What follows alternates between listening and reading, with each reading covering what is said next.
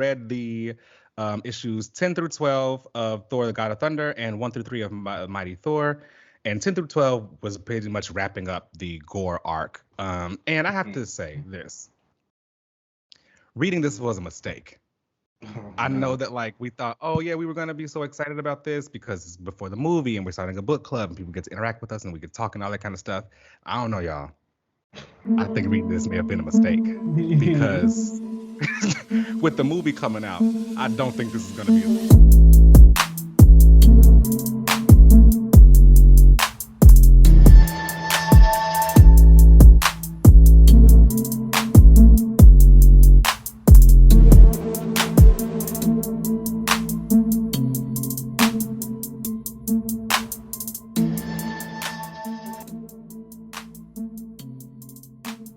All right, y'all. Welcome back to another episode of Another Relaunch. This week, I am Raymond Terrell, the Ray. Oh, that's good. I like him. This week I'm going to be Loki because he showed up in the Iceman. I mean, actually, I was about to say I don't know if I would call him King, but I think I do like comic book Loki. I don't like MCU Loki, but like comic book Loki, he's kind of like cool. Yeah. He finally popped up in, we'll probably be talking about it later during the book club. He finally popped up in Jane Foster's Thor, and I actually was like, oh, Loki. He's high. But also, like, Dodderman's art, it was really good. Yeah, it was. That's when he was classic. And he's also got, like, a really good design. Like, the horns and the gold, all that. The headpiece. You know, I love that. I'm always going to be here. Same. I love a face piece. That's dope. How are you? I'm good. Okay. That's think about it. You just gotta do like a quick round trip, like what's going on in life right now. But no, I'm good. I went to the gym this morning. I haven't been in like a week or so that was like really nice. And then I went to Smoothie King right after. And like, so there's a story about this. I had went to the gym like a few weeks ago, and I had looked up on Google what time the Smoothie King opened. It said 6:30 a.m. You know, I'm at the gym in the morning. So I was like, oh, okay, that's great. I was like, I'll leave the gym at like 6:15, walk up to the Smoothie King, like get my stuff and be good to go. Do all that, get to the Smoothie King, they don't open till 7. So I was like, oh, well, I'm not going to wait 30 minutes. So I like went in the Starbucks and I got me a tea or something and I kept on going. But this time I was like, well, I'm back at the gym. Smoothie King's going to open up at 7. So I went there, got in there. The girl was so irritated. Because she just got there. It was like she had clearly like just got to work. Like she hadn't even like rinsed some of the stuff out yet. And here I come like all in the morning like, I'll get my smoothie. I'm excited. She called you all kind of names in her head. She was mad. But I was just like, I don't know what to tell you, ma'am. I've been waiting for this smoothie for a few weeks now. So I'm going to be here at 7 a.m. and I'm going to get it. But that was nice. And then there's like this new, so there's this deli. I don't know if they're like worldwide, but I know it's pretty popular here in DC. It's called Call Your Mother. It's a Jewish-owned deli. And I've been hearing like really good things about this place. And every time I've gone past it, there's a line out the door. And so I'm just like, what's going on up in here? So like after I got my smoothie, I saw that they opened too. So I was like, let me go on over here. Get me a little sandwich. I got this like chicken sausage. It had spice honey on it, like cheddar and American cheese. It was like good. It was bomb. I was like, oh, I get it. I'll be back. I was like, I understand why there's a line out the door now. So it's like if you're ever in the city and you need like a breakfast, they have like lunch sandwiches and stuff like that as well. Might go back for those, but it was good. It was a good morning. That's good. That's good. I love that. I love a good smoothie. I don't know if they really have too many Smoothie Kings out here, but I love a smoothie. Like, when I was in college, people always used to make the joke about how like they always saw me with a smoothie in my hand because that's all I would eat. Oh my god, that was like your Lorna coffee era. Oh my gosh, I didn't even think about that. Oh my god, no, like really, I always had a smoothie in my hand. Are you like a healthy smoothie person or do you like fruit ones? Now I try to be, but normally, I love all the sugar in my stuff. But now, I try to get like more of a healthy smoothie. Although I'm not a fan of green smoothies. Sorry. Can't stand them. Oh my god, like a spinach, kale, anything. I'm doing it. That's nasty. Nobody want no blended salad. That's gross. It's like a big thing. People are always talking about their smoothies and their green smoothies and stuff like that. But I'm sorry. I'm still going to be hungry.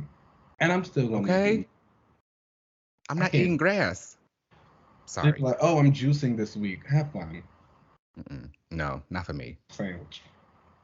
I have been having a good week though. I last week here in LA was LA Pride weekend. The first weekend was like West Hollywood Pride. So last weekend was LA Pride. And if y'all out here and you saw me, then that was me. Yeah, that was me. But it's been a lot of fun. Everything out here is kind of like starting to open back up again. This past weekend, it finally made me feel like I'm back outside for the summer. Like, you know what I mean? I feel like I've been really like cooped in the house for the last couple of years, and like slowly things have been opening up. But like this past weekend, I really feel like I hit my stride and like. I feel that. I was telling people when it was my birthday, that was like my soft launch to coming back outside because I had like took a break from just doing anything, going to bars and stuff like that. So that was my soft launch. And then this weekend, there's a Something in the Water festival here in DC, and so I'll be going. Yes, yes. And so that's like the full launch out into summer, and then we'll be doing more stuff. Beyonce just announced that her album will be coming out late July. Queen. So get ready for that. We're gonna be dancing and stuff. So I'm just like, it's summertime, y'all. It's been ridiculously hot here in DC. It's been like in the 90s and humid every single day. It's no, that's hotter here than here. Although, wow. So do you know? I'm sorry, we gonna talk about stuff eventually, you guys. But I came across this like really interesting phenomenon that's been happening here for the past 2 months. Every Tuesday it has rained. Oh wow! Have you recorded this? Like you kept track of it? So this is the thing. So again, my birthday was on a Tuesday. It rained that day. And then before, like I've been at work. And so every Tuesday at work, I have to like do a presentation.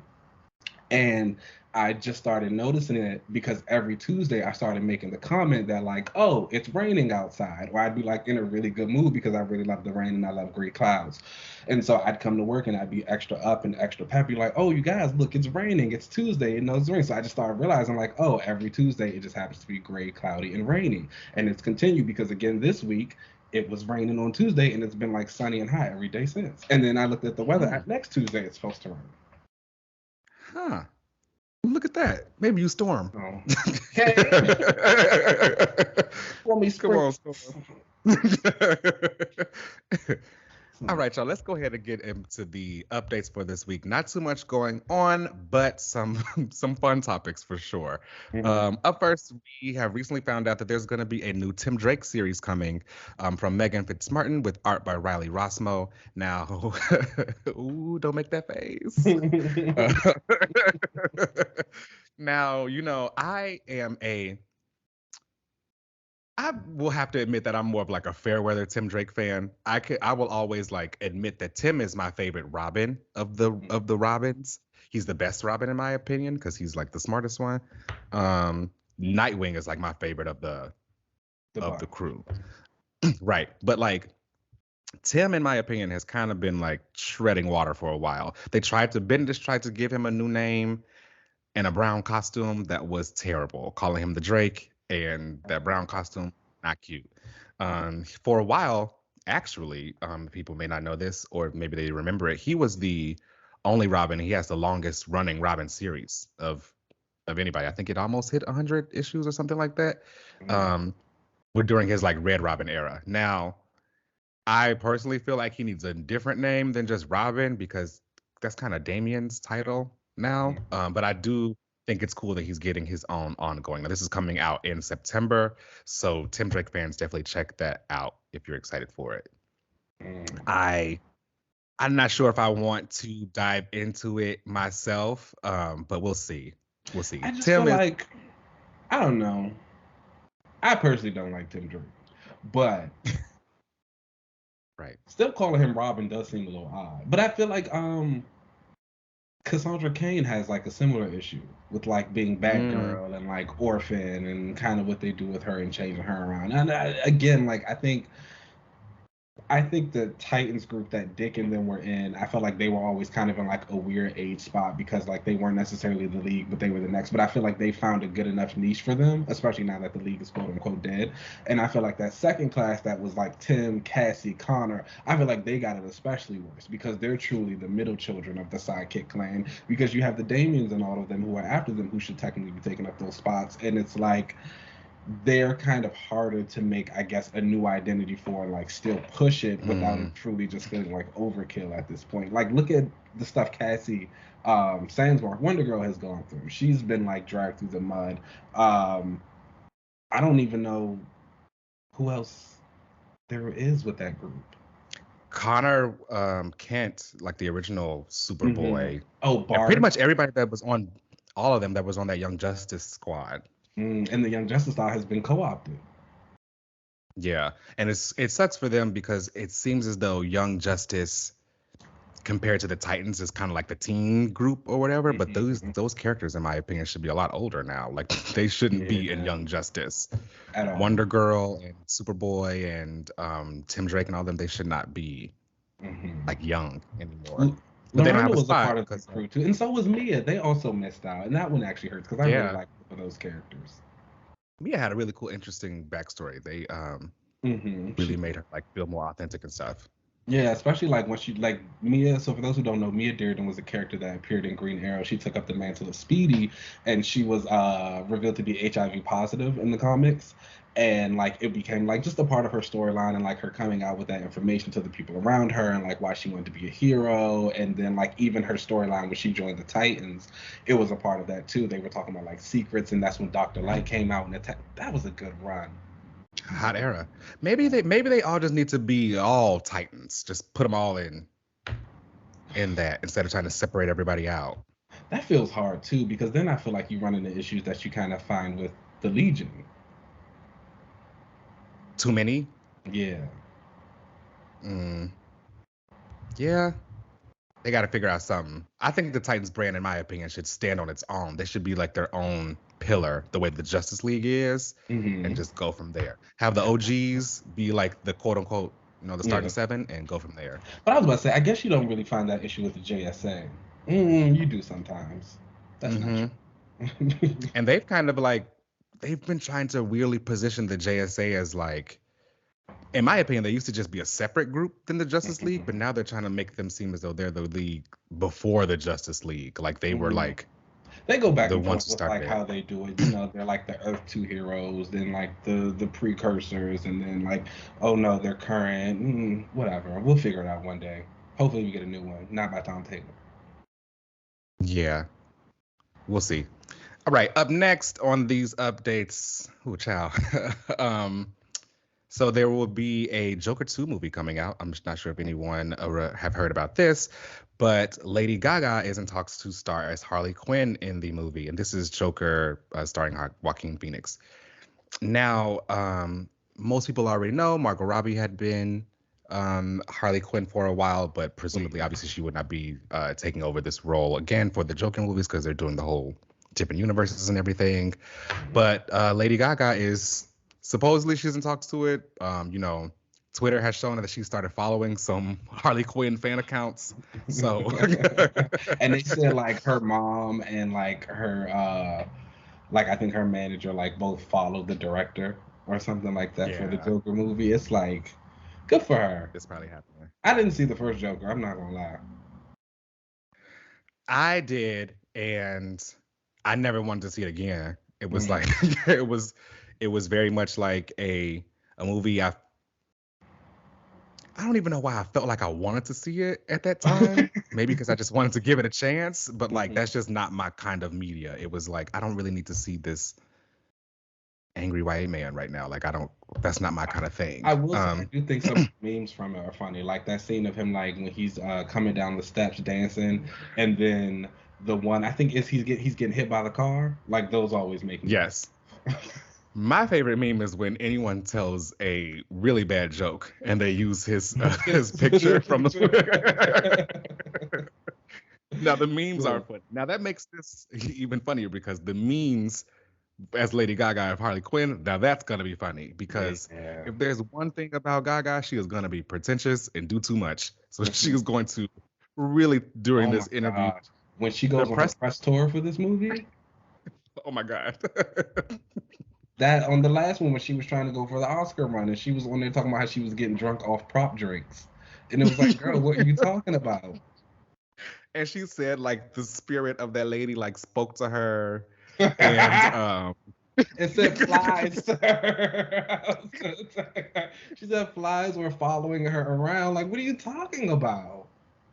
And then they asked her if she actually spoke to the woman, and she was like, "No, I didn't speak to her before the role. Like, I just, wanted to do it on my own. Like, no one can tell me how to be this character, not even her." I was like, "Okay, girl." You got some issues. And then her as Harley is gonna be crazy. But that's fine. Margot's moved on. She's gonna be Barbie. She is, yes. And maybe this might be a chance for her.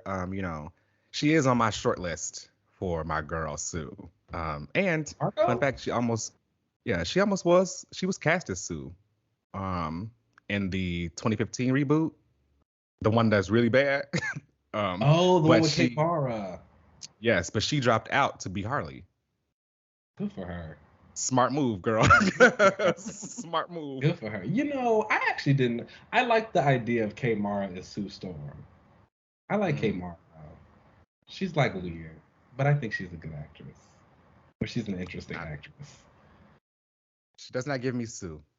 She's just a white girl. That's your thing. Let me not say anything. I know it.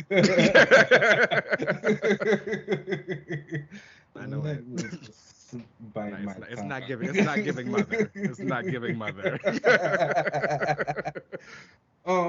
Speaking of Sue and her, are you excited for her like Judgment Day issue thing that's coming up? Oh, absolutely, yes. Who's writing it? Oh man, I can't think of his name right now. This is my fault. And I always hate podcasts and they like don't know something. And it's like I'm sitting in front of a computer, you can look it up. Hang on. I think it's he had written something of the Fantastic Four before. It's not gonna be Dan Slott. That's for sure. Because I think he is very excited about that. Which I don't know. Yeah, I didn't know it's like Fantastic Four. Of course they do. I just think they hate Dan Slott. No, they love the Fantastic Four. Everybody loves the Four, except you.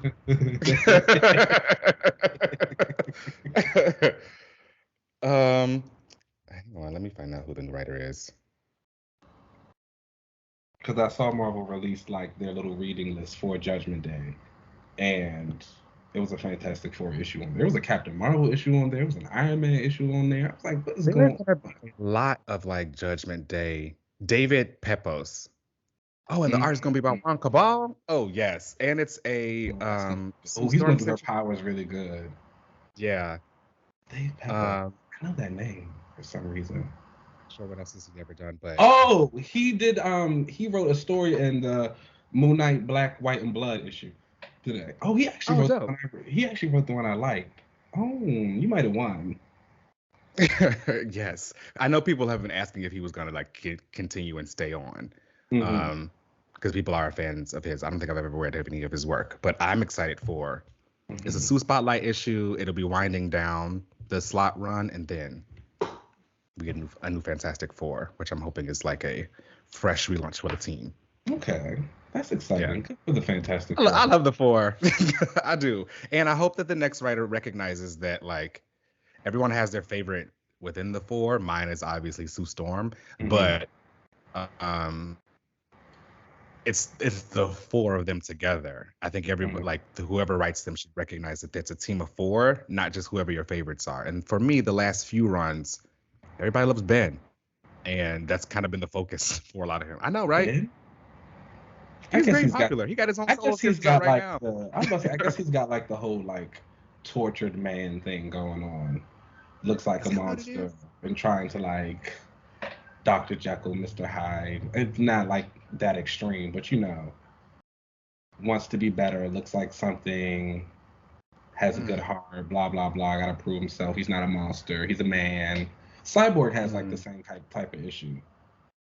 Did they run into a circle with that with Cyborg? Because the Thing, he's always been like oh no, woe is me. But then by the end of the story, he always just accepts it. I think now within the last few years, I think maybe the last decade or so, it's just been, well, wait, no, they were gone for a while. Sorry, but before that, like, it's mostly been him accepting, like, this is who I am. And keep it moving. Now he's got a wife and kids. I did see, I saw some pages of like the wifey and kids. I was like, oh, that's exciting. He's got a little black girlfriend trying to beat the racist allegations. I see you. At least you're not black. Oh, he's not dating a black girl? Well, like a black Nah. boy? I saw some Mm-mm. pages. I thought it was from his that series he has out now. He's like in bed with some black lady. Maybe he dumped her. Oh, he could be cheating. You know, a lot of the men in the Marinos like to cheat. I'm not reading his solo series right now, but it could be either like, taking place before him and Alicia, or, like I said. It's like I was like it was like a big thing. It was like because I remember I saw people like, oh, he got a black girlfriend and she got a son and he's like helping take care of the boy, and I was like, Now he got a side family. See how men do. Wow. Well, crazy. on that note, let's go ahead and take a break while we contemplate what to do with men. Okay.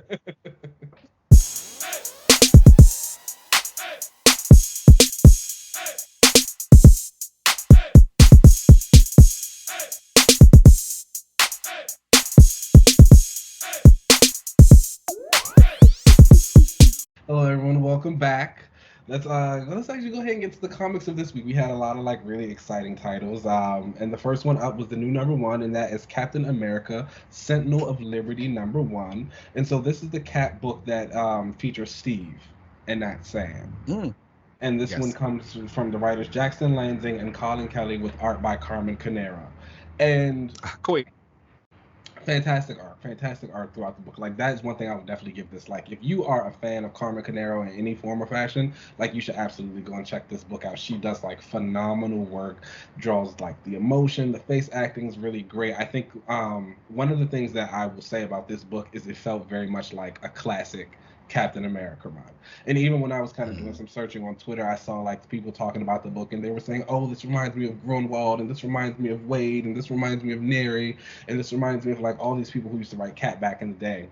And while I agree, I came to realize that like I don't think I want that from Steve to be written Okay. like the Cat that's back in the day. And it started making me think like, oh, what do I actually want from Steve then? And then that started making me realize that like a lot of my appreciation and love for Captain America and Steve stories is that I know Sam is going to be in them. And I was kind of like, oh, this book is like so like in this story, it shows kind of just Steve. He's in like a really good place in his life. He's in community college. He's making friends with like civilians. Obviously there's some spy and espionage stuff going on.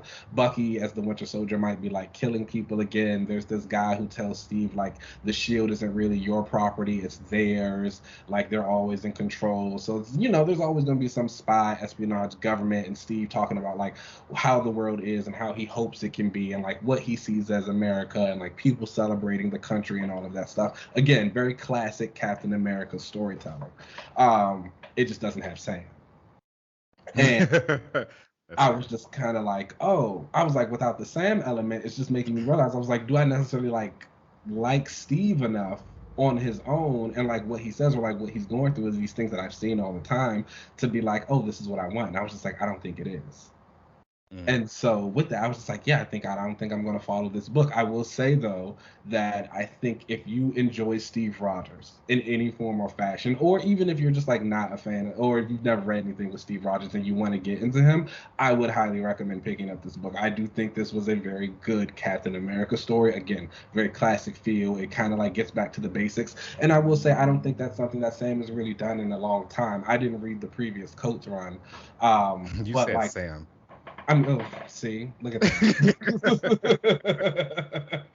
Steve, I didn't read the previous Coates run, but I heard them kind of like some mid things about that. But like, I think about Steve before that, and we had Hydra Steve, and then right before that, we had Old Man Rogers. And so it's like, I feel like people who like really like Cap and really like Steve, this is kind of what they've been waiting for. Like, oh, get back to that classic stuff. And I'm just like, oh, that's not that exciting anymore for him. I feel like we've just seen him do it. But I think if that's something you'd like to experience, highly recommend it. Again, Canero's art alone is like worth checking out the issue, at least the first one for anyone who does it. Like just amazing work throughout. So I heard I there think was some cool like decoding stuff that you could do with it as well. Like there's a code yeah, or something that you can kind of crack in there to figure out what it says.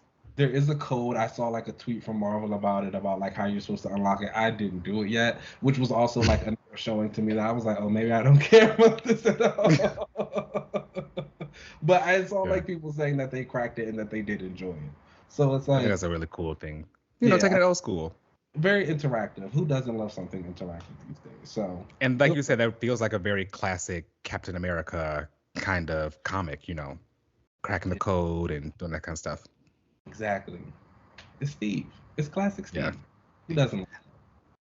But all in all, I'd give the issue like a three out of 5. Like phenomenal art. Recommend if you want to get it. Next up on our list is the Iceman Infinity comic, 3rd issue. Let me tell you something. I really love this little Infinity comic, and like, Okay. I know I'd like whatever about Iceman. Iceman's always been my boy, but I've been worried about what they've been doing. But I didn't read this issue, but I read the first 2. I didn't have time to get to this one, but I did read the first 2, and I do like it. so good. I think what it is my hesitations before have always been that they were making Iceman the kind of gay I didn't think he was. You know what I mean? Like where he was just very like superficial and kind of basic. And I think I'm not the biggest fan of the art on this run, and the artist's style invokes that emotion for me, where they were kind of make him more like younger, I guess I can kind of say, or like kind of like immature. But the best thing about this little Iceman solo has been they aged him up. That's all they really had to do for Iceman was just to age him up a little bit. And now he's the Iceman that I love. So. That you want. We back here, y'all. We're back. Okay, well, that's good to know. I'm glad you came around. But no, I like will say like this is really turning me around. I was really excited. I thought this Infinity comic, because I know they come out on different days for some of the titles. I thought this was one of the ones that came out on like Monday or Tuesday. So I woke up both of those days like, where's my Iceman Infinity comic? And then I saw like the guy who writes to Luciano, he tweeted, he's like, oh, it comes out Wednesday, and I was like, oh. Well, but it came out, and I thought this was like again another really fun issue. If you remember the last time I talked about it, Bobby woke up in bed with Christian Frost after he got the news of his dad passing away. And I will say, like, this one starts out with them together, and it's like a very nice little like moment for them. Again, it was kind of affirming that they're not going to be together, but Christian lets him know that, like, I'm here for you. He talks about, you don't have to explain anything to me, like call whoever you need to call when you get done with like going through what you're going through. But like at the same time, Christian was going to his like meeting for his problems. I believe he was like addicted to drugs at one point. And so that was his backstory with him and Emma. Like when he was trying to, like when he was younger, like family money, and he was in drugs and stuff like that. That sounds about right. Drama. So he talks about like how he's going to one of his meetings to get healthy, and like Iceman says something to him, and he's basically like, that doesn't sound like you. That sounds like my sister talking, and all of the things that you bought into, like what she says. He's like, remember, you're your own person, because Bobby's talking about like his dad and how he didn't feel like he was worth it. But all that aside, he ends up getting summoned by like this boy who's trying to be like this evil magician character. He's locked Loki up, and Loki like messed with his spell, so it summons Iceman instead. And so they kind of fight, and then they also get dragged into like another magical type of simulation, I guess you could call it, that has mixed the daddy issues of Loki and Iceman. So it's created this giant frost giant, but it has Iceman's dad's face. And it's like telling him like, oh, Bobby, I'm disappointed in you. I thought there was like this really fun moment where Bobby, he goes into like his spiky ice mode, and Loki's like, why did you just randomly grow spikes? And Bobby says, I don't know. It's just something I do when I don't know what to do. I think it makes me look cool and badass. And I was like, oh, that's like a nice nod to like all of the random times that he's grown spikes over the years. And everybody's like, why does this Iceman have spikes? And I was like, that was like cute to kind of like tie that up with that. And it makes you feel like something that Bobby goes through. So Loki's like, okay, I'm gonna give you like my staff and my helmet to power you up. And he goes into this like really cool, like kind of like ice mage form, fights the giant, deals with some of his daddy issues along the way. Love magic. But here's the catch. Once it's all over, Loki tells him, he's like, I couldn't transfer my power to you. He was like, that was just me lying to give you the whole like yada yada speech. He's like, but the power was in you, blah blah blah. Good job. And then he leaves. And I was like, that's so cute. That's cool. I like that this is also a callback to when they met before his original Yeah. solo run. Yes. You know, He that's also how makes mention- Iceman ended up being so powerful. he also makes a mention of that because when he sees like Loki's locked up, Loki's like, let me go so I can help him. Bobby's like, no, you don't remember the last time when you tried to use me as a battery and all this stuff like that. So there's like also callbacks to the issue. Even something that Christian talks about with Bobby, when Bobby helped Christian with like some issues with his dad and stuff that was going on, like that was called back to in the issue. And so it ends this one with Bobby just kind of realizing, daddy issues kind of resolved, power stuff is good, in a good space in his life. Again, he's like, maybe I can do this, maybe I can be this solo hero. And the next issue we see like a hand coming out of the ice and it's like Black Winter is coming. Oh. And so okay. Solo Iceman. I know that's right. Yes. Like good for him. It's like really doing what it needs to do. And it's like I love the issue again, and I know like people might have their issues with the art, but I think that this story fits well with him, with the art that it comes with, and I think he's doing a really good job. I thought the Ice Mage costume thing that he made was like amazing. I was like, yes. I was like, this is what I'm talking about. He had like his little stab, he got like this little headpiece, and they had a robe thing going on. I was like, this is hot. This is what he deserved. So good for him on that end. Would you rate it? I would actually rate this a 4 out of 5. And I'm not gonna lie to you, Luciano's art is kind of growing on me. Like, to the point where like, I don't know. It's like working for me. I'm into it. I think, again, let me put it this way. I would continue to read an Infinity comic with his art. Okay. Yes. Also, so I'll get to the last book of the week, but I do want to make a quick mention of Iron Fist #4 came out this week from Melissa Wong. That was really good. The Immortal Weapons, Fat Cobra, and Bride of Nine Spiders showed up in this issue, and they were like fighting. I know you love her. Yeah, that's my girl. She had the spiders coming out and everything. And Lindley is going around his journey of being Iron Fist. It's really good. Action's fun. There was also the second issue of the Moon Knight, Black, White, and Blood, and that's the story that like had the David guy who's doing that suit issue. His story in the book had Leonardo Romero's art, and it was like actually my favorite one. It looked so good. It had like Mark meeting Steve and Jake and Khonshu in a diner and just like talking about various missions they've been on and like how it never stops. But it was like a really cute one, and I was like, oh, this is great. So check those out. And our final book of the week. Oh, this was an exciting one for me. I don't know about everybody else, but it's X-Men #3 from Al Ewing and Stefano Caselli, and it had the big fight between Vulcan and Tarn. That we've been waiting. Big is an exaggeration. Satisfying. Sure. I don't know what that is. Sure. But I don't know. So I will say with this book, Al Ewing is going like very political with it. Like there's a lot of like stuff happening in the background with like the characters and power plays and like building teams and like gaining your like allies and all that good stuff. So like I really enjoy those type of stories. So like I'm loving this book. We see that Vulcan is getting ready for his big battle with Tarn. Storm's kind of talking to Bran, like what's going on here. Bran's kind of like eating her up a little bit too, which is like Bran dragged her a bit. She's like, Bran's like, whatever, which is like I really enjoy that little feud and relationship they got going on. I want to see that last forever. And so we told her, after he beats him, someone's gonna be royalty here because somebody has to be. I know that kind of gag storm. It's just like, ooh, it was hot, but while that's going on, you also have like the new Brotherhood forming. So Storm, Magneto, and Sunspot are just kind of like talking about how they're going to go about this. We do get to the big, the satisfying battle. I'll use that word instead of big, and that one's really fun, I think, because you have Sunspot meet up with Isco, and like he's coming to her and he's like being real nice about it and like good and just, how do we get together and flirting with her like he does with everybody else. Once the fight starts, Tarn and Vulcan cancel each other's powers out, which like I do love like the common theme of how all the Iraqi hate power thieves. Mm-hmm. Oh yeah. It's that side for me. It was like really funny. I'm sorry, that part is so annoying. That's honestly, that's up there with the secret sibling for me is like worst comic book tropes of Depower. like the depowering before like an expected match.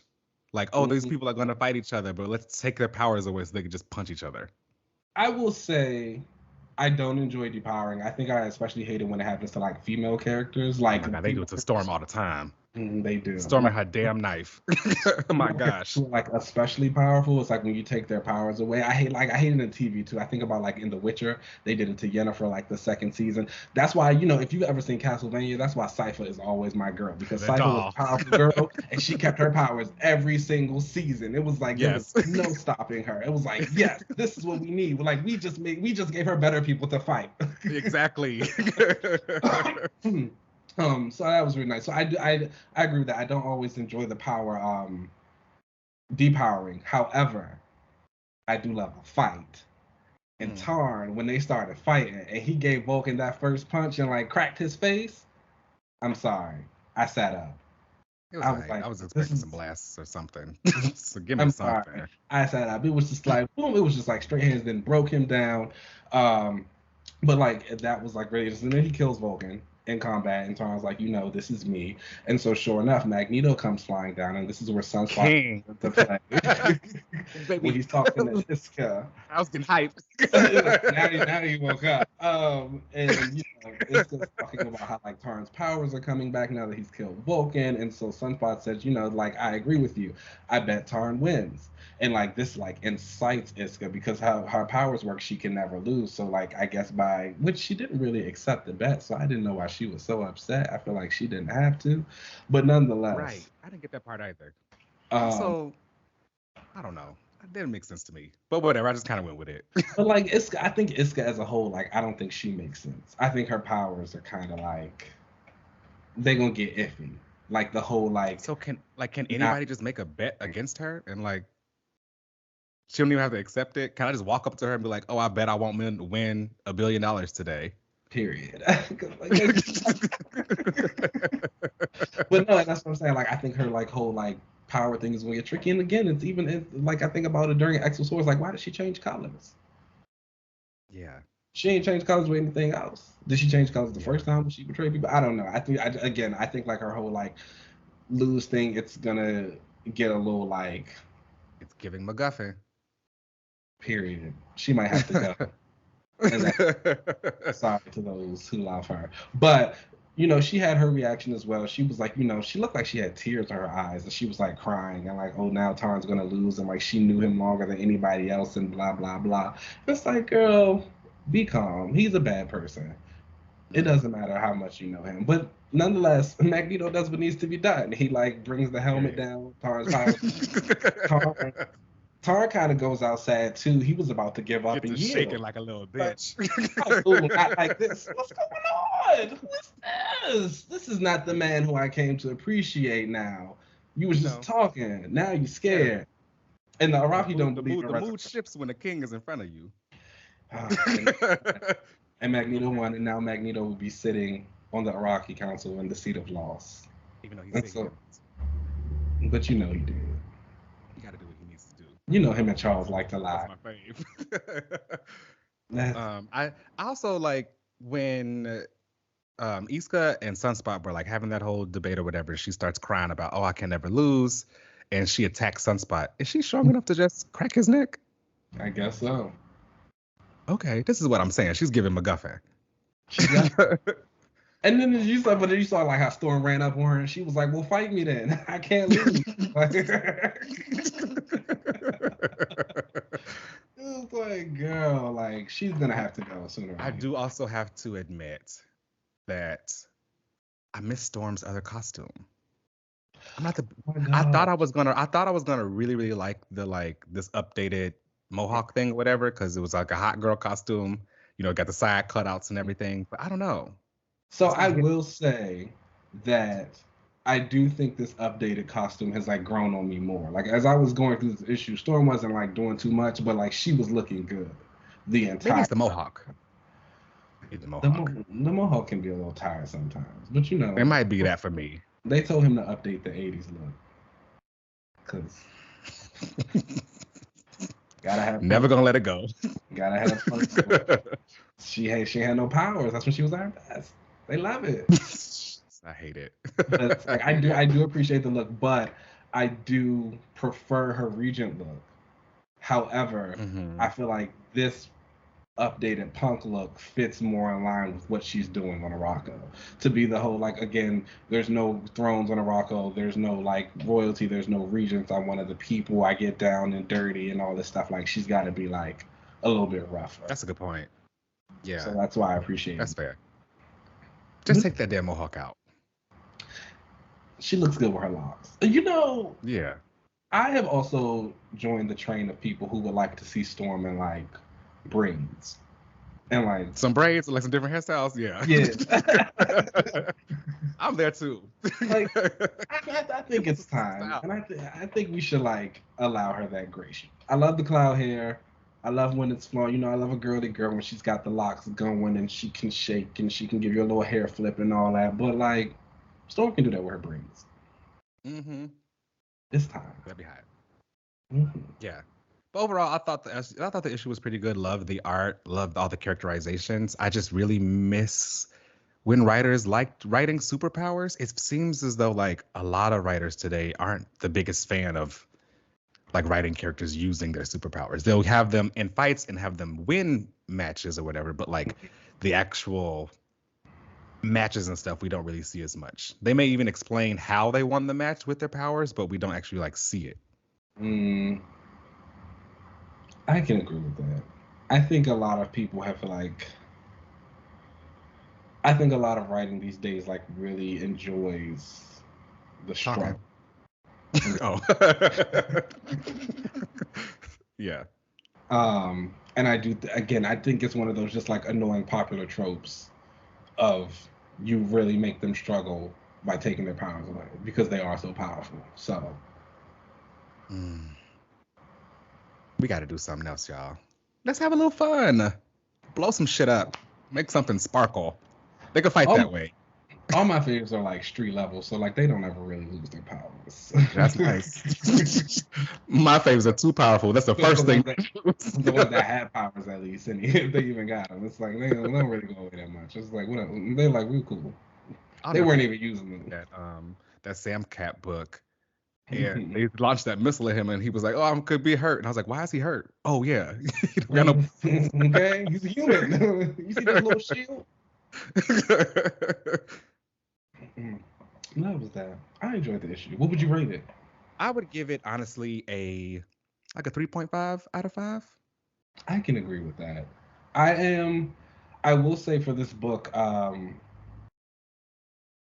I am enjoying a lot of the like political backdrop that it has, I am ready for the like full brotherhood to be formed. Yes. And like get those people together and like really start like, and I think when that happens, that's when you'll start getting your superpowers in your action. Because then I think they'll like be a little bit more. I'm afraid. I hope it's not canceled by the year. Oh my gosh. There was something on Amazon I saw. It said like 3 of 6. See, and I want more women on the team, and Cora of the Burning Heart ain't enough. Yeah. She don't really do it. Sorry. You know who should join this team? Fantasia. From the Acolyte. Oh, that'd be fun. That'd be fun. That would be fun. She would be hot. She'd be hot. Magneto always liked her too. If you guys don't know who Fantasia is, look her up. She has this amazing purple cape, this great headpiece, the hair. She's smart. Dr. Eileen. Get into her. She's got electromagnetic like blasts that she can shoot. Which I also cool. Like that. The energy blast? I like energy powers. the whole like when they've got like something on the EM spectrum and it's like specifically with that. I think those are interesting powers. Bedlam. Same. Okay. Can he shoot blasts? So the thing is like his powers like it started out as like he had to have contact. But then during X-Force they worked with Pete Wisdom, and so he could do like a small area effect. But if he was so he could like do certain blasts like to a certain degree. But if it was something big or something like racial, he will always be like, I need to get in and like make contact with it. Very nice limitation. A little history. Okay. I like I Let's bring like him back that around too. too. Period. And with that, let's go ahead and take a little break and then we'll come back. Oh wait, let's get into the book club. Oh, You want to do that now, or you want to that's take a break? right. You're right. I forgot about the book club. My bad. Let's And it's let's do that now Jane. then. It is Jane. I know you love her. So this week we had read the issues 10 through 12 of Thor: The God of Thunder and 1 through 3 of Mighty Thor. And 10 through 12 was pretty much wrapping up the Gore arc. And I have to say this. Reading this was a mistake. Oh, I know no. that like we thought, oh yeah, we were gonna be so excited about this because it's before the movie and we're starting a book club and people get to interact with us and we get talk and all that kind of stuff. I don't know, y'all. I think reading this may have been a mistake because with the movie coming out, I don't think this is gonna be as good as the comic. Yeah, well, yeah, no, not at all. Because like this was serving Gore and all the Thors, and like the Thors using the two hammers together to kind of fight the weapon, and then Thor at one point like got the weapon and became like the Necro Blade. I was like, oh, this is hot. Yeah. I don't know if they're gonna do all this in the MCU.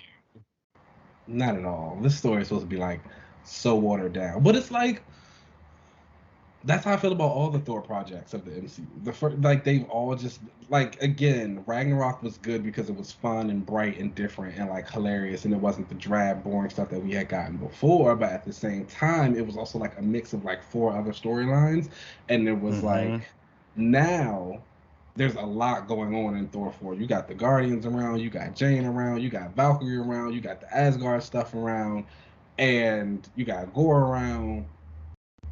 It's just not gonna give all that. I don't think. It's not. And like this was giving, we got like all of this was again the final wrap up. Gore getting his head chopped off, I thought was a really cool moment when the young Thor axed his head off. It was giving. I wonder if they saw this when they were reading this and put that in the MCU. You know, when he chopped off Thanos' head. I don't know what's like an inspiration for that. But overall, I was like kind of shocked at how much I liked Thor in this. Thor is actually a pretty cool character. He's the doll. He's the doll. Now he is the doll. He's the doll. Thor's pretty cool. I liked all the differences between Avengers Thor and like the wrap up at the end with King Thor telling the young one to like, you know, not be so brash, and the young one he don't give a shit. He just wants to go get drunk. And Avengers Thor, he's like, you know, you're realizing you're doing so many great things for other people, like never lose that. I thought that all of the conversations that all the Thors had together were great before they all went back to their own separate places. It makes you wonder, are they going Captain Betsy and the Betsy Corps that we just never cared. Yeah. Maybe you should start like suggesting they read these books there. Like, oh, pick up some Thor stuff. Maybe get you some inspiration for Betsy. I don't think they'll do that. You know, I do have to also remind people that when you leave like your comfort zone books and try something else, you may find something that you like. And like Thor's hot. King. I would have to get some more into him. But then as we transitioned over into Jane Foster Thor, now I had never read anything of hers. And I have to say that like Russell Dodderman's art in The Mighty Thor was fantastic. Like we only read these first 3 issues, and instantly her in the hospital with cancer, like when it turned that page and you just see her like her small frame and her like being so cold and all these blankets and stuff, I was like, oh my gosh, it was powerful. It's really and I had always wondered what the intricacies behind her being Thor meant. Like I knew that she had cancer, and I thought that when she was not Thor, like the cancer came back and she was dying. I didn't realize that it was every time she picked up the hammer, she was becoming Thor, which means she's becoming super powered. So like all the toxins from the chemotherapy were rejected from her body. Yeah. That's not what something like a Thor would have the power to do. And it would obviously be killing her because now she's not having chemo at all. She's dealing with the cancer. And the cancer is now a part of her body. So that's why it was never wiped away, which like cancer. I love that this is kind of like the theme of this entire thing. Yeah. And I don't know, it was just really impactful. It really also reminded me how great I like Russell Dodderman's interiors. So we've seen a lot of his covers, especially on like the X books. He's done a lot of the redesigns for the Hellfire Gala, but I haven't really seen his interiors, I think, since the Giant Size Storm issue. That sounds about right. Jean Grey, the Jean and Emma Giant Size issue. And that was like a year or 2 years ago now at this point. But this I was gonna say, reminded usually when they bring him out for interiors, it's for like something special because he did a couple pages of the Hellfire Gala too, but he hasn't done a series in a very long time. And like Russell on Jane Thor, that was immaculate. And I wonder like what it's become now. I wonder if it's as you ever notice, like some artists, as they get like bigger and they start to do more stuff, a lot of them have talked about how they become slower because their process becomes like a little bit more intricate. So I wonder if like it's one of those things now where he like maybe can't keep a schedule, or if they just feel as though like you're too big now, you don't do interiors, or it's like if you do an interior, it is going to be like a special issue where you'll do like the first 3 years. Remember how they used to do Quapel?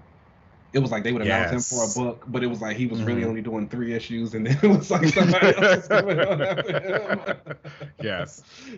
I mean, it could be a situation where, you know, the price went up. I was about to say, they become very expensive, and it's just like, oh, sorry. But his stuff was like really good, though. I do miss it back then. And he was like designing things too, which was like really awesome. Oh my gosh, all of the designs in the Mighty Thor are so cool. All the like, at one point we see Malekith and he's meeting with these like 3 witches. They're like the war witches. They looked really cool. I did kind of gasp a little bit when Enchantress popped up, when her look, and she was like, you know, Malekith, if you are trying to kill a god, you have to come to an Enchantress for this. Hair was given, the green was given, the energy was given. I was like, yes, this is my girl. Yes. Yeah, she was hot. I'm excited to continue reading on more of the Mighty Thor.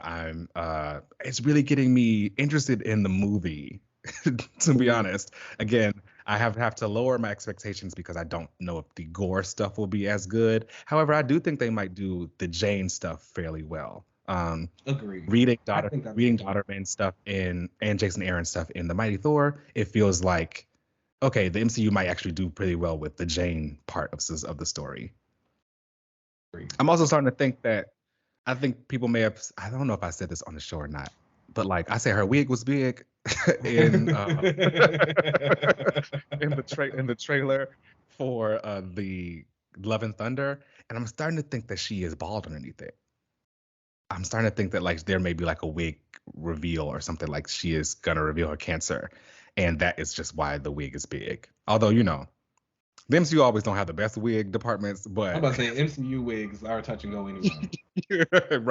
Right. I could be giving them more than they actually have done, but we'll see. Again, I have been really enjoying this. I don't know if I want to tap into the current Thor run. I don't know if his current Thor run is giving all this. But that's the Kate's run, right? The Kate's run, yeah. But you know, shout out to Thor for holding it down for the Cosmic Girls too. You know, he does go to space a lot, and I want to say, I don't know if it's like this version, because you know, like when Jason Aaron did the Mighty Thor, it lasted for a few issues, but then like it relaunched into the next one, which like was the very long run. But she like goes to space a lot in those too. Yeah, I had looked at some of the one before this. That's the one when she like revealed at the end that she was Jane. And like I did some skimming of it, and she does hop into space every now and then. So shout out to Thor. She gets wrapped up in this thing with the Shi'ar. Yeah. Because they like, obviously she's Thor and she's like a god, and she goes into a competition with the 2 Shi'ar gods. Oh, cool. Yeah, and they like, dude, I can't remember if that's this one or the next one, though. I hope it's this one, because now I want you to read it. It was really good. Yeah, this was really high. I mean, even this, the Mighty Thor, starting this with it's raining elves from space, and like all of them are like flying into this spaceship. I mean, this satellite and everything. That was really cool. And again, the art was fantastic. Daughterman has this really cool thing about like the facial reactions to people that I really like. Also, like the way the characters move throughout the panels is really cool. Like in one panel, you'll see Jane summoning Mjolnir, but then like the next panel, like you'll see like the wind and the impact of it hitting her hand, and like that looks really cool. It's like he thinks of all the details and everything in these panels, which are really, really dope. A good man. A great man. A great one. like I said, I really been enjoying this. We didn't get too many comments from people this week, but definitely send us stuff. Next week we'll be wrapping up the first arc of Mighty Thor with issues 4 through 6, and then following that we'll be watching the movie. So hopefully this is as good, but we'll see. We'll see. I do have faith in Taika though. I enjoy Ragnarok. I enjoy a lot of things he's done. I enjoy a lot of people in this movie. I'm not excited about the Guardians. They could have tried. They could have tried with Gore. Gore was giving in the comic, and like his face and like he looked like a creature. I think he looks like what you'd expect him to look like in the MCU. You drag them every chance you get on the CGI. To say, it's what I expected to look like at this point. Yeah, we'll see. We'll definitely see. I hope it's good. I'm excited for Valkyrie. It does seem as though, reading the end of this and seeing the 3 Thors take on Gore is starting to make me think instead of that, they'll probably just do Jane, Valkyrie, and Thor. I can see that. Who knows? I wonder if we'll get the God Bomb. See, this had a lot of stuff in it. Like, it was good. Everybody. It was so good.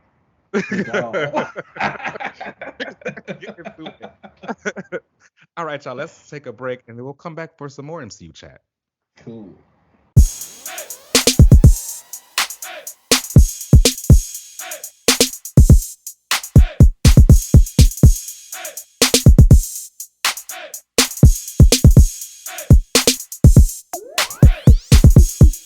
All right, y'all. Welcome back to another rewatch, and this week we'll be talking about episode 2 of Miss Marvel. And I have to say, Kamala's the it girl. It girl. It girl. She's got it. Iman, she is like such a charismatic little actress. The whole scene of Kamala when she, last episode she got her powers, she's feeling herself and all that. We saw her like kind of being a little bit of an outcast in school. This first episode when she walks up in the hallway and she's like dapping people up, she moving the girls from in front of her locker. She stops the teacher from saying her name wrong. I was just like, I know that's right. Feel yourself, girly. Do it. She's really got it. I don't know what it is about her that but she just got it. Like she's so charismatic and you just you think she's so adorable. She's so adorable. I will admit now, I think I had already agreed with you on the last episode, but I'm fully agreeing with you now. Just go ahead and change her powers. The powers are cool. Now, obviously, like I said, I have a bias. I love an energy power. But I mean, they look cool. And also, I may also have to agree with you when it comes to MCU CGI. I kind of feel like they may have already first started her stretchy CGI, and they were like, They'll give you throw some lights over it, sing it. You know what I mean? One really good moment, and it's like the burst. And I think that was the first episode of displaying the powers and doing all the rocks and all that stuff. And now you're just gonna get some very Marvel CGI. Well, no, I meant in the instance of if they gave her the stretchy powers would not look good. Oh. The lights, I feel like they started with the stretchy stuff and then someone was like, ooh. No. What if we just throw some lights over it? That's too much money. Way too much money. The Disney Plus budget for CGI is not very high. It's not the movie budget. But I will say, again, despite the stretchy powers and everything, I like how this bangle, crystal, energy, whatever it is tied to her history, and it seems to be something with her family. And high key, it's a lot better than the Inhuman connection. It makes the story interesting you say that. More personable to me. I agree with you. I think that it makes it way more personal. Although I still kind of have the idea that she might be an Inhuman because obviously you said the synopsis of the show, but the little boy that she likes, the Cameron, yeah. Cameron, I know him from the comics, and he's an Inhuman. So I wonder if they're going to continue to maybe either change his backstory as well into something else. But he's an Inhuman. He could change. His skin becomes blue, but I think he can shoot energy or something like that. But I'm very anti-Inhuman anyway, so. If they Right. disappear. I know you don't like. I know you don't like them like that. Crystal can come back, and Panacea. Yeah. Okay. Okay. We'll allow that because Crystal, my girl. um. So this episode, we see some really cool stuff with Kamala and Bruno training with her powers, which I thought was really cool. I love a breakdown of abilities, especially when it comes to energy powers, because sometimes there could be a lot of overlap between what certain powers can do and what another powers can do. But for them to really take the time to kind of break down exactly what they can do and what they can't was really cool. Like when she tried to make a fist, but the fist got way too heavy, and she was like, oh, okay, so I'm not super strong. Yeah. I can just kind of create this light. That was really cool. And even seeing Bruno test her out and say, oh, the power is coming directly from you. The bangle just activated it. His name is Bruno. I keep calling him Duncan.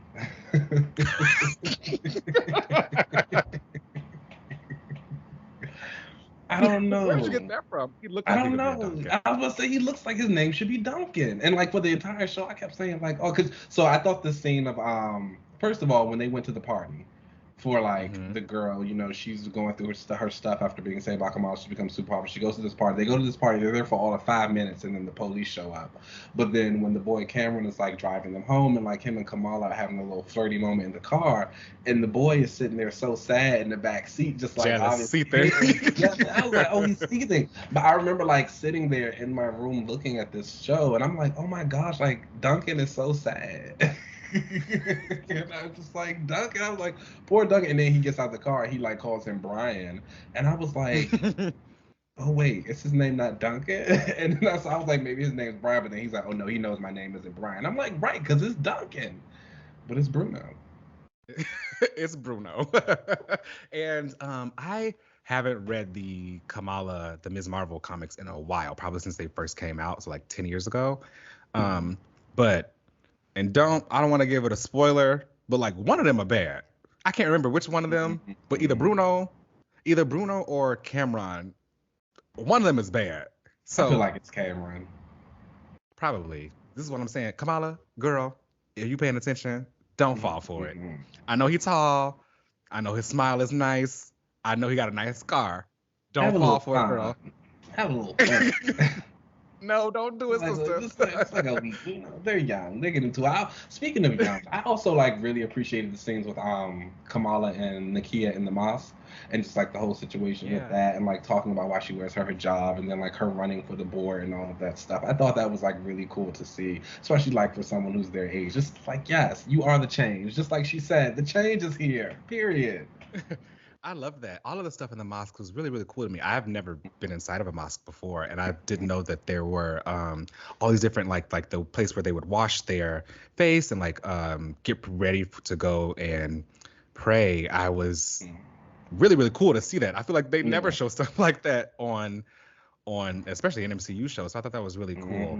I obviously can't speak to the accuracy of it all, but I thought that it was really cool and a great representation there. Nakia even talking in the bathroom with Kamala about like the tampons and stuff when she was obviously trying to hide because her powers were acting funny, but like trying to pass her a tampon and everything. I thought that was really like cool to see that they were actually talking about these very natural and normal things that young girls would go through, and they didn't try to shy away from it for an MCU show. Also, shout out to them again when later on we see that the damage control is like out there looking for them, and they had got Nakia and told her, you know, got her locked up. It was like, oh, we asking her all these questions, and then they decide, okay, we figured out Zoe. Zoe, they asking her all these questions, and they figured out, okay, we noticed she's an Eastern Asian girl. We need to go after her. And they were like, well, be careful because the FBI is already like surveilling them. Shout out to them for putting that in there because that is the truth. Racism.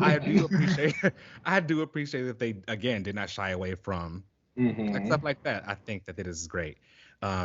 Later on, we get to a conversation at dinner with Kamala and Kamala's brother and his fiance. Now they haven't gotten married yet. His fiance, not Taisha, and they are explaining, the dad anyways, explaining about their mom. I forget her name, Sana. Mm-hmm. Sana is the grandmother, her grandmother, and I guess she had like somehow in the past got separated from her parents, but right before the train went off, like she was able to make it back on the train, and she just says that she followed the trail of stars, and that's how she got on back on the train. And throughout the series, we see like Kamala having these very big like Visions. flashes, basically, and I think it was her The great grandmother. the great grandmother, right? Who Yeah, so her great like grandmother brought shame to the family, and she allegedly killed somebody during the partition. right. Sounds like a queen to me. Okay, I was like, I I was like, it sounded like she did what she needed to do. So, so I really liked that they're really tying this all together to like her family and everything. Yeah. Again, fantastic episode.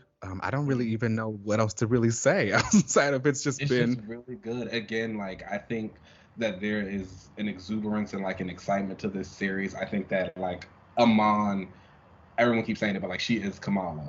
And I think that is like shining through not only on why this show is good, but why Kamala has been like such a successful character. She is like fun, she's relatable, she's cute, she's adorable. You're like rooting for her to win. I think a lot of people who were even some of the biggest MCU detractors and like people who weren't excited for Miss Marvel have watched this show and been like, oh no, this is great. It's great. And it's like shout out to her for doing that. And like shout out to them. Like I'm excited. I thought like the part where she was after she tried to rescue the little boy. Yes. And towards the end there. Her Peter Parker moment.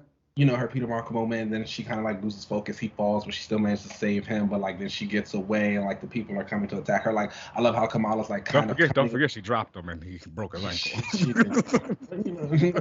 That's not her fault though. We'll blame the Bengal for that. But like even when she goes to like she's trying to fight off the folks that were trying to kidnap her, like you see her just like she's doing a lot of this stuff on instinct. And it's like very just natural to see, like, yes, she's still new, but she loves superheroes. She kind of has an idea of what it's supposed to do, and like she's falling into that very naturally. And I just think that's really cool to see. It's just like really well done. Shout out to the show. Yeah. Again, I really like. All I'm waiting for is for her to just say "embiggen" at one point. I do hope we at least get that one time. That'll be cute. I also like will enjoy when she officially like takes the name Miss Marvel. Yeah. I wonder how they're gonna give that to her. Well, you don't like it? Okay. Oh my gosh, I found an old tweet of mine that I wanted Spectrum to have a sidekick named Nightlight. Oh no! And look what they did. They did. I mean, it works. Oh, maybe that's a cool name. Nightlight. Okay. Is cool. See, it's cute. It gives like Honey Badger. Oh, it's not that bad. Don't do that. I feel like they're in the same vein. It's not that bad. I think Nightlight is alright. It's a first starter name. Okay. I think she's gonna grow into Ms. Marvel. It'll be interesting how they give her that name. Yeah. Considering in the comics, obviously it was like it's a legacy name, so it's easy for you to just say I'm taking this from someone else, but there isn't a Ms. I also hope they don't wait until the end. Like episode 5 or 6 to finally be like, oh, she's Miss Marvel. Like if we can get at least in 4, I'll be a little bit happier. I'm going to admit it here. I don't, and y'all know Captain Marvel was my girl. I don't need a Carol cameo. Like if it's obviously she needs to have some kind of presence in it because that is Kamala's idol. And we probably won't get it in her solo Disney Plus series. It'll probably happen more so in the movie where we'll see her realize that she doesn't have to be like Carol. She can be her own superhero. I imagine something like that might happen more so in the Marvels versus her TV show. So I hope her TV series is more so just about her. Carol obviously she may have to pop up and say, "Oh, you're doing a good job," or "Oh, you don't have to do something," or whatever. But I don't need an extended Captain Marvel cameo. I can agree with that. I would. Do you think is there like a rumor that they're planning to do that? Yeah, why wouldn't they? I just figured they need that's like the Hulk not being in She-Hulk. I figured they just like meet in like a post-credit scene on the last episode. I mean, that could also be something that happens, and then we just get the actual meeting of them in the movie. Yeah, I figured it was gonna be like, she maybe like fly down or something, and she'd be like, "Oh, heard you Miss Marvel" or something like that. Mm-hmm. And then it goes off. I wonder now too. There would have to be some real reason for her to want to interact with Kamala, because in the comics, Kamala just started calling herself Ms. Marvel, and then Carol, like in between missions, was like, "Oh, you took my name," and he was like, "That's cool. Who are you?" Right? Like, who are you, little girl? And by the end of it, she was like, "Oh, I just think you're really great. Like, you inspired me to do this." And she was like, "Oh, like, I think you're really dope. For what it's worth, I know we just met, but I gotta go. Good luck." And that it was like a very brief one and done thing. Even in her own series, it was very like, Carol here for just this issue, if that, and then she leaves. I don't know. Maybe. I don't know. Maybe they will bring the Inhuman thing back, and that's why she has to come down. Who knows? I don't know. The Inhumans to me are, I don't know. They might be in that Eternals lane where it's like they just don't have it. Oh, they don't. Maybe actually they might have it more than the Eternals. If I had to pick one between the two. Okay. I don't know what else to say after that. Okay. I think if I had to pick one, I'd probably just pick the Inhumans. I'll give you the Inhumans because of Black Bolt. Right. And Crystal. But other than that, the Eternals, sorry, they don't have it. None of them do. I wonder if I did think, speaking of Eternals, I loved it in the show where they did bring up that on the date that Kamala was having with Cameron, that that she was a fan of Kingo, that she thought Kingo Jr. was attractive, but her mom and his mom also like used to have a big crush on Kingo Sr., even though that's the same person. I thought that was that was a real cool. Speaking of the mom, she's acting down. Okay, like she is absolutely my favorite part of this show. Anytime she like gives Kamala her little death stare, that's like, you need to pipe down. I'm like, ooh, let me stop talking. Right? It's giving mom.